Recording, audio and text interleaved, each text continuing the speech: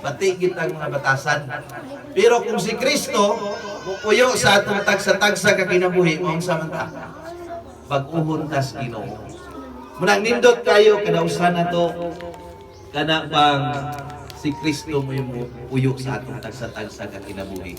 Kay kung si Kristo mupuyo sa atong tagsa-tagsa ka kinabuhi, nindot kayo ang mahitabo na to, no? Nindot kayo ang resulta sa gitawag kining atong tagsa-tagsa ka kinabuhi. Munang nindot kayo mga igala, mga kaigsunan, na nindot sa atong matag-usa nga nananatay tinuod nga Kristo sa atong kinabuhi. Ato na sa gipuyo. Kay kung nanatay Ginoo sa atong kinabuhi, may tabo sa atong panimalay, pinaagi sa grasya sa Ginoo, ang mga bati bitaw natong kinaiya anam-anamon og bag-o sa Ginoo. Dili man gyud diretso. Kung makadawat bitaw ka kaluwasan, dili man gyud dayon pagkaugma. Mabag-o na ka. Pagka human mo dawat sa kaluwasan, matarong na ka. Pero pinaagi dahil sa grasya sa Dios, pinaagi sa lihok sa Ginoo, ang Dios nay magbag-o sa atong kinabuhi. Muna sa ako karon, dili na ko mahadlok na ko mangawat. Ganong mahadlok naman ko mangawat. Dili tungod kay ako mo'y gabuot. Ganong mahadlok na tungod kay nanay Kristo ang akong kasing-kasing.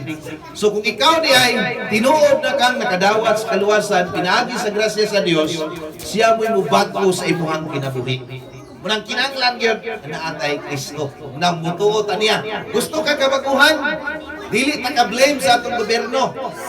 So kung gusto day ka kabaguhan, nindot sa atong tagsa-tagsa ka panimalay nga dunay nigpuyo sa atong tagsa-tagsa ka kinabuhi. Okay? So number 3. Nga gikinahanglan di ay or ganong kinahanglan ta mutuo ni Ginoong Hesus. So number 3, ingon niya diri sa verse 33, pahingon sa 34, 33, and he took them the same hour of the night and washed their stripe, and he was baptized, he and all straightway. And we had brought them into his house. He set meat before them, rejoice, believing God with all his house. Okay, kabantay ta, kasi pangandoy na to, mga, kita bitaw mga magtiayo, kasi pangandoy na to sa itong pamilya. Malinawon. Gusto ba ta kadadlaw sige lalis? Di ta ganahano? Normal man ang lalis magtiayon. Dili gina siya ingon pa nila ang wala day lalis, dili ka tinuod magtiayon. Sa magtiayon kabahin gini pa naglalis.